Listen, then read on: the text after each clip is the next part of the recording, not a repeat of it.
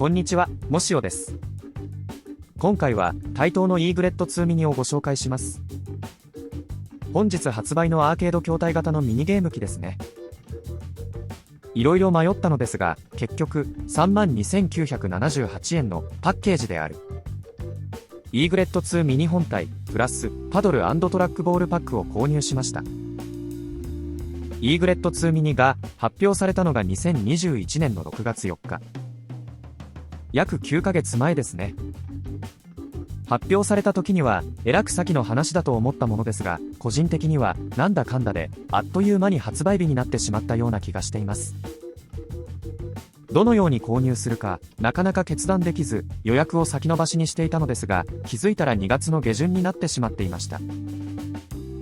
いい加減発売日に間に合わなくなるといけないので、Egret 2 mini 本体プラスパドル&トラックボールパックに専用コントロールパッドを追加する形で購入しようと決めたのですが、今度はどのお店で予約するかで迷ってしまいました。販売店独自の予約特典に関しては本当に販売店主導で行われているのか、Egret 2 mini 公式サイトには情報がなく、販売店独自の予約特典を用意していたのは一部の販売店に限られていたようでした。2月下旬の段階で確認できたのは、クリアファイルとマウスパッドが付属する Amazon、キーホルダーが付属するAmiAmi、サウンドトラック CD が付属するビッグカメラ、これら3つのショップだけでした。予約特典付きは定価販売なのに対して、特典なしは1割弱の値引き設定があったりしたので、そこでまた少し迷いましたが、結局サウンドトラック CD 目当てでビッグカメラグループで予約。ビッグカメラに関しては予約手続きをした後、比較的すぐに特典の表記が消えてしまいましたので、タイミング的にはギリギリだったのかもしれません。9ヶ月も時間があったのに慌ただしい感じになってしまいましたが、発売日の本日無事受け取ることができました。届いた段ボールは思った以上に大きく、受け取る際に驚いてしまいましたが、パドルトラックボールコントローラーが入っているというのもありますが、今回の本体はアストロシティミニなどよりも大きいみたいですね。店頭で購入する方は少し注意した方が良いかもしれません。ちなみにこの動画の撮影時点では別のショップで購入した専用コントロールパッドはまだ届いていません。動画の方は今回だけで全部紹介するのは難しそうなので、今回は Egret 2 mini 本体と特典を中心に見ていき、最後にランク画をプレイするという流れで進めていきたいと思います。収録ゲームの多くは Egret 2 mini 発表の際に対等メモリーズなどを使って序盤のステージをプレイしていますので、収録ゲームの内容を知りたい方はそちらもご参照いただければと思います。それでは Egret 2 mini 開封していきます。今回の Egret 2 mini は予約して購入された方も多いと思いますが、皆さんどのパッケージをどのように購入されたでしょうか。Egret 2 mini 本体は 18,670 円ということで、アストロシティミニの 14,080 円より4,500円ほど高いわけですが、4対3の5インチ液晶、その回転ギミック、SD カードによるゲーム追加機能を考えると決して高くないような気がします。むしろここ最近の原料や輸送コストの高騰、為替を考えるとかなり頑張っている価格なのではないでしょうか。特典なしであれば 16,000 円台で販売しているショップもありますので、コスパを追求したい方は本体のみというのもありだと思います。ただ収録ゲームの多くは PS2 の対等メモリーズに収録されていたものと重複するので、筐体のギミック以外の部分に新鮮味を求めるとパドル&トラックボールパックになるかもしれませんね。本体とパドルトラックボールを別々に購入した方が若干安くなるかもしれませんが、4枚組のサントラなどが付属するセットとの差額はわずかですので、セットを選択された方も多いのではないでしょうか。この段階ですでに 32,978 円なわけですが、テレビに接続して遊ぶことを想定すると筐体のコントローラーではなく外部コントローラーが欲しくなります。外部コントローラーは2種類ありますが、安いパッドタイプを追加するとプラス 3,278 円、合計すると 36,256 円です。標準タイプの任天堂スイッチを上回る金額ですね。これが今回ご紹介させていただく構成になります。これにコンパネタイプのコントローラーも追加したフルセットは 49,478 円。ここまで来るともう PS5 級の価格ですが、どのセットも過剰な特典で釣っているわけではなく、実用的な内容になっているだけに本当に悩ましい商品構成だと思いました。それでは内容物を個別に見ていきます。最初はビッグカメラグループの予約特典として付属していた CD から見ていきます。ジャケットには台東アーケードセレクションビッグカメラグループ特典オリジナルサウンドトラックと書かれています。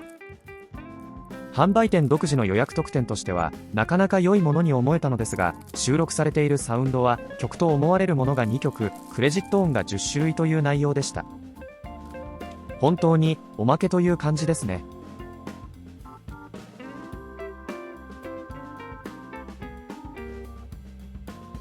次はパドル&トラックボールパックについていた特典 CD です。台東70周年、ズンタタ35周年記念のサウンドトラック CD4 枚組で1つのケースに収納する形式になっています。ディスク1からディスク3には イーグレット2ミニや拡張セットに収録されているゲームの曲が年代順に入っていて、ディスク4はアレンジディスクとなっています。アレンジディスクにはイーグレット2ミニの BGM3 曲やアウターゾーン、レイフォース、エレベーターアクションなどのアレンジ曲が収録されています。ちょっとしたブックレットも付属するようですね。先ほどの販売店独自の特典とは異なり、かなり充実した内容になっていますので、本体とパドル&トラックボールコントローラーを別々に購入するのであれば、このセットを選んだ方が満足度が高いのではないでしょうか。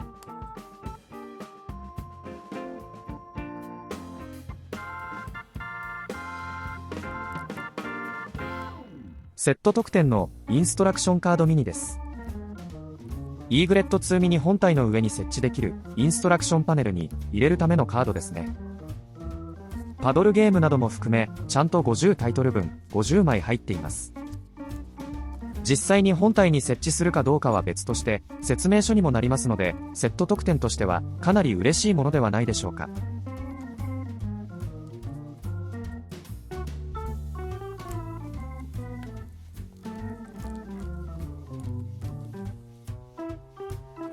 そしてこちらも特典扱いで付属していた歴代台東ロゴ&イーグレット2ミニステッカーシートです。ミニサイズのステッカーはイーグレット2ミニ本体に貼ることができるようです。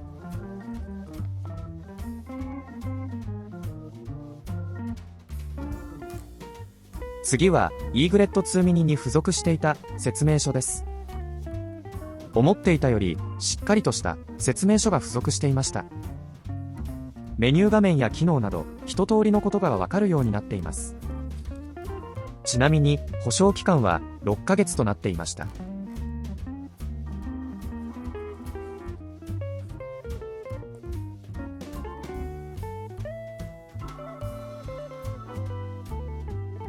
電源ケーブルはタイプ C のものが付属していました。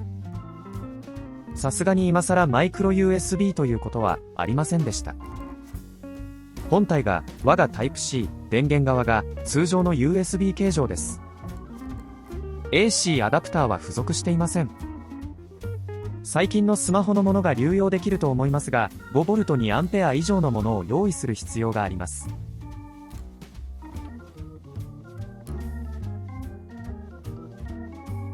こちらは本体とテレビ、モニタを接続するための HDMI ケーブルですね。両方ともフルサイズの HDMI コネクタで標準的なものです。そしてイーグレット2ミニ本体です。パッと見の印象はアストロシティミニを少し大きくした感じですね。アストロシティミニはワイド液晶画面が搭載されていて少し違和感がありましたが、イーグレット2ミニは4対3液晶になっているので収まりが良い感じがします。右側面にはゲームの追加に使用する SD カードスロットがあります。マイクロ SD ではなく普通サイズの SD カード用です。背面は左側から電源スイッチ、外部コントローラー用コネクタ2つ、HDMI コネクタ、ヘッドフォンコネクタ、電源用コネクタとなっています。コントローラーはアストロシティミニと似た感じでしょうか。レバーはカチカチとメカニカルな感触がありますが、アストロシティミニよりも気持ち柔らかいかもしれません。ボタンもおおむねアストロシティミニと同じですが、こちらは若干アストロシティミニの方が感触が良いように感じました。レバープラス6ボタン以外には3つのボタンが用意されています。クレジット投入、スタート、メニューです。この辺りもボタンが2つしかなかったアストロシティミニを改善した感じになっていますね。本体裏にはレバー操作を8方向と4方向に切り替えるためのスイッチも用意されています。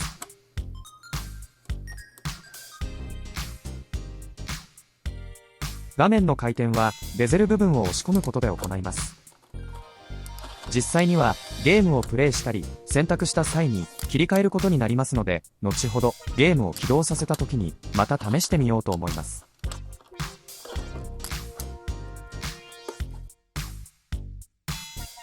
パドル&トラックボールコントローラーと先ほど遅れて届いた E-GRET2 ミニ専用コントロールパッドにつきましては、次回の動画で専用ゲームと合わせてじっくりとご紹介させていただく予定でおります。電源を入れる前にアストロシティミニの筐体サイズを他のミニゲーム機と比較してみたいと思います。最初はネオジオミニから。ネオジオミニが発売されたのは2018年7月。もう4年近く前になるんですね。純正のアーケード筐体ミニはここから始まったわけですが、価格が安かったこともあり、レバーやボタンはいまいちでしたね。サイズも E-GRET2 ミニと比較するとかなり小さく感じます。ちなみに画面は4対3の 3.5 インチ液晶を搭載していました。次にアストロシティミニです。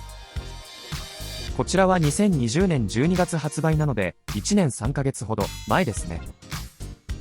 かなりしっかりとした作りで操作性の良いコントローラーを搭載していますが、4インチのワイド液晶という中途半端な画面で4対3の画面を映すとゲーム画面が小さくなってしまうというのが最大の難点でした。E-GRET2 ミニはアストロシティミニの弱点を改善したような筐体になっていて、液晶画面サイズが大きくなり回転ギミックも搭載したことから筐体のサイズは少し大きくなっています。こちらはおまけでマイアーケードのナムコミュージアムです。2019年2月頃の発売でナムコのアーケードゲームを20本収録しています。画面は 4.25 インチのワイド液晶が縦に設置されています。縦に設置されているのは画期的でしたが、横画面のゲームは恐ろしく小さくなってしまい、テレビへの出力もできないためプレイするのが辛かったりします。筐体サイズは E-GRET2 ミニにも負けない大きさですが、操作性も良くないのでファンアイテムという感じの製品ですね。ちなみに E-GRET2 ミニの画面サイズは5インチとなっていますが、測ってみるとこんな感じです。対角線で13センチ弱ですね。任天堂スイッチの標準タイプの画面はワイド液晶で 6.2 インチですが、4対3のゲームを表示させるとこんな感じです。大きめに測っても E-GRET2 ミニより小さくなりますので、4対3比率のゲームに関しては E-GRET2 ミニの方が画面が大きく快適に遊べそうです。それでは E-GRET2 ミニを起動してみます。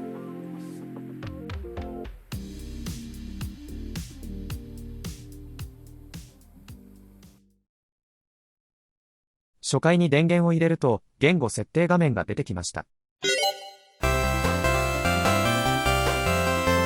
メニュー画面はタイトルが縦に並んでいる形式です。デザインは異なりますが、アストロシティミニに似た感じのメニューですね。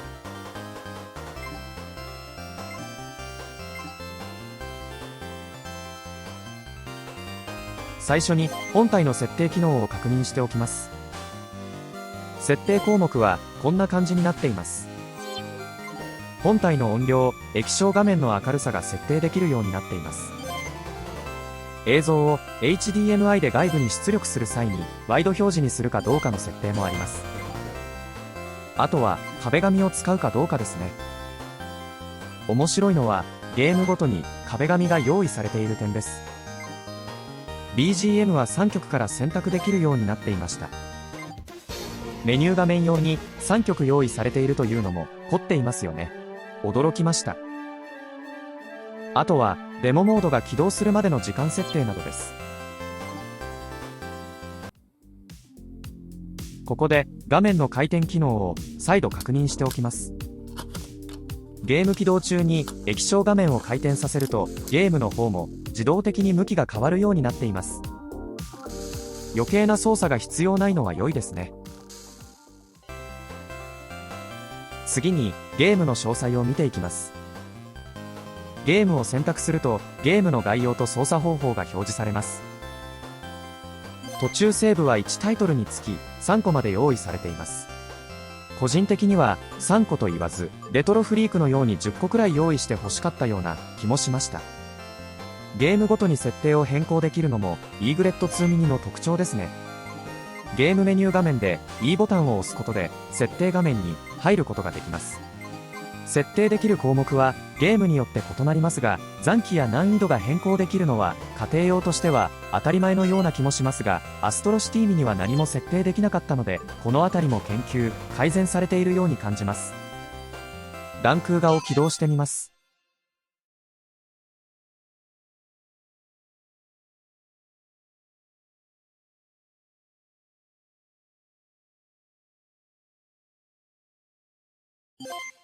ゲーム起動後にメニューボタンを押すと、そのゲームに対するメニューが表示され、状況をセーブしたり、ロードしたり、リセットすることができます。それでは、ランクーガをプレイしてみます。カイザーナックルも、ランクーガも遊んだことがないので、文字通り初プレイになります。技なども全くわかりませんが、スト2感覚で進めるところまでプレイしてみます。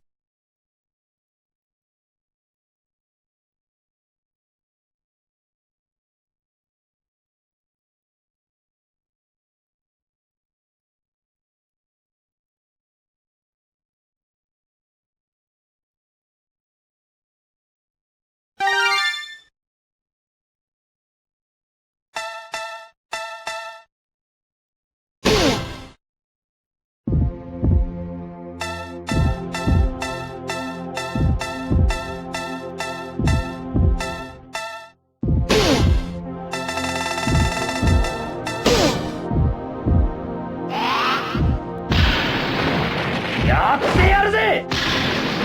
Hey, come on, kids! Round 1 Fight! 飛行剣電動弾火災撃火災撃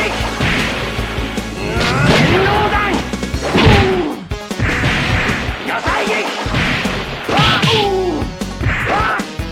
火災撃火災撃飛行剣飛行剣ダンクーが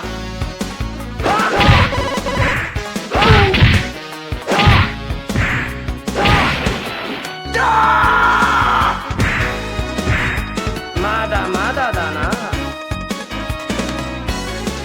Round 2 Fight!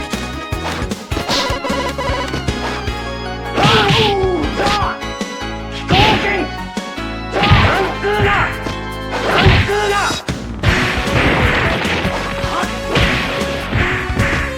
ダンクーがダンクーがダンクーがダンクーがダンクーが飛行剣ダンクーが電動弾電動弾決まった。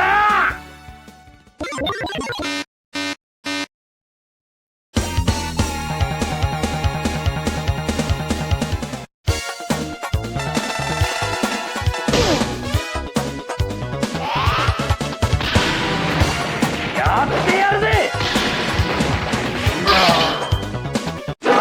Round 1 Fight! 飛行剣火災撃飛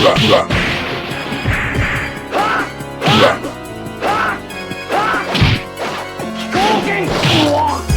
ダンクーが飛行剣飛行剣火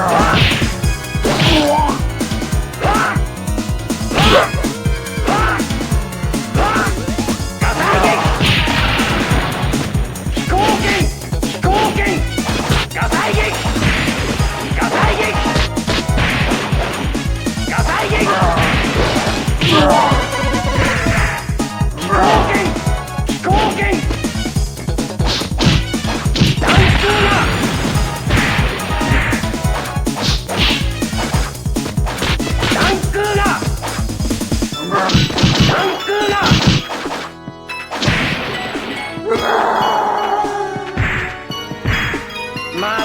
だだな。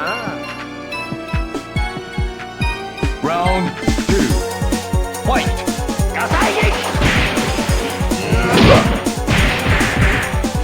電脳弾。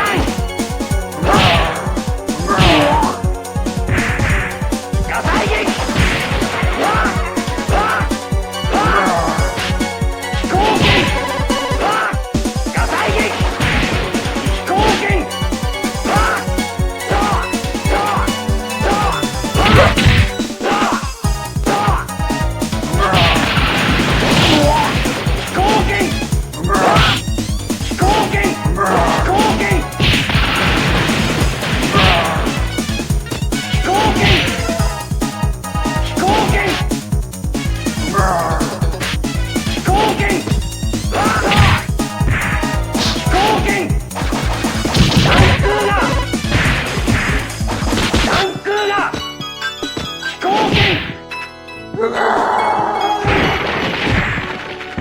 決まった。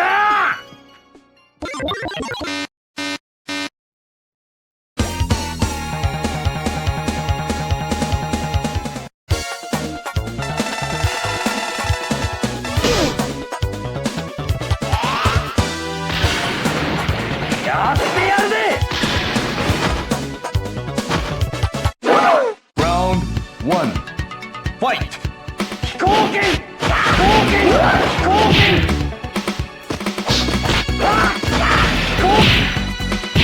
火災撃。火災撃。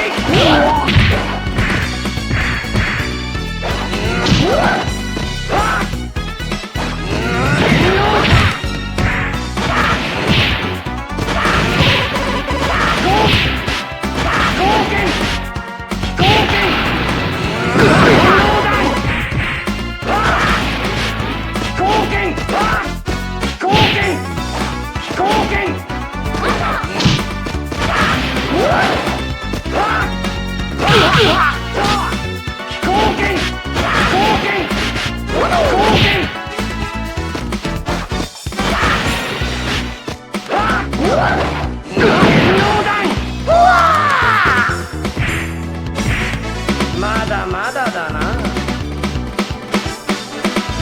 Round 2. Fight!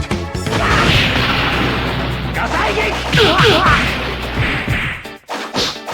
電脳弾。飛行剣。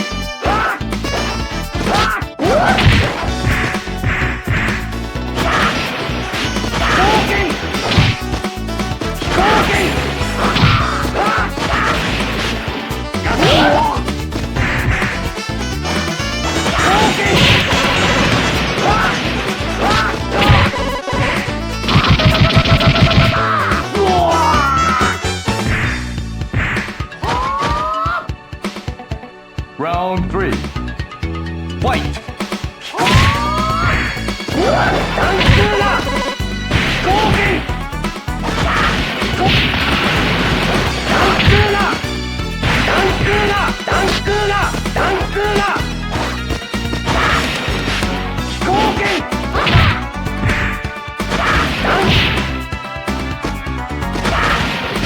飛行剣。電脳弾。飛行剣。